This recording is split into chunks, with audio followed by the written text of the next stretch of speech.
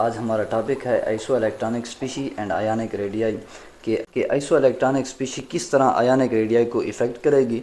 सबसे पहले हमने आयोनिक रेडियाई की डेफिनेशन लिखी हुई है, जिसके अंदर हमने लिखा है कि those ions are species which contain equal number of electrons are having same electronic configurations, कि ऐसी स्पीशीज़ जिसके अंदर इलेक्ट्रॉनिक कन्फिगरेशन सेम हो या उनके अंदर नंबर ऑफ़ इलेक्ट्रॉन्स इक्वल हों, उनको हम आइसो इलेक्ट्रॉनिक स्पीशी कहते हैं। सबसे पहले आपको स्पीशी का पता होना चाहिए।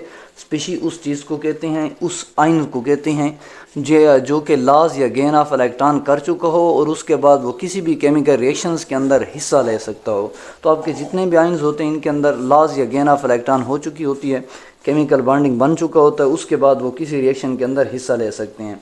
तो हमारे पास कुछ स्पीशीज़ हैं। सो गाइस, हम एग्जांपल लेते हैं सोडियम की।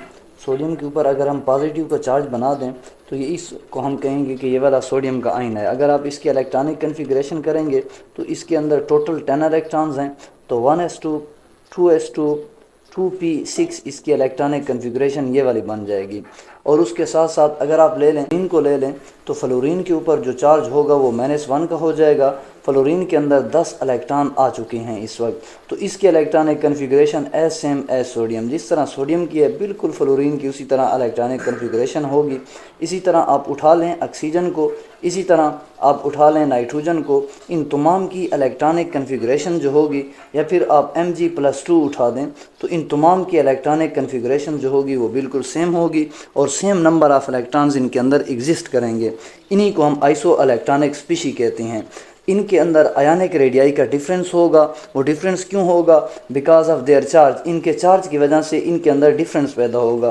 किस तरह डिफरेंस पैदा होगा आइए देखते हैं।